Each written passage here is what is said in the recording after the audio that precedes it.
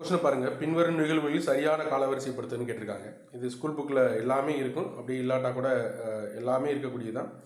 ஆனால் என்ன கேட்டால் ஒரே இடத்துல இருக்காது. இப்போ மகத் சத்தியாகிரகா 1927 நடைபெற்றது, மார்ச் 20 நடைபெற்றது மகாராஷ்டிராவில். இதில் இது என்ன கேட்டி அப்படின்னா, பொது நீர்நிலைகளில் நீர் எடுப்பதற்காக அம்பேத்கர் அவர்களால் நடத்தப்பட்ட மிக முக்கியமான சமூக சார்ந்த ஒரு இதுன்னு சொல்லக்கூடியது, சமூகம் சார்ந்த சத்தியாகிரகா அப்படின்னு சொல்லக்கூடியது.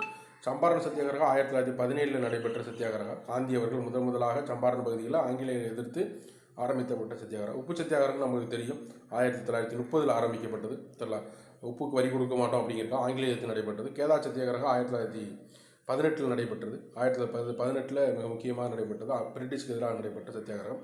அதன் அடிப்படையில் பார்க்குறப்ப முதல்ல சம்பாரண சத்தியாகிரகம் வரும்.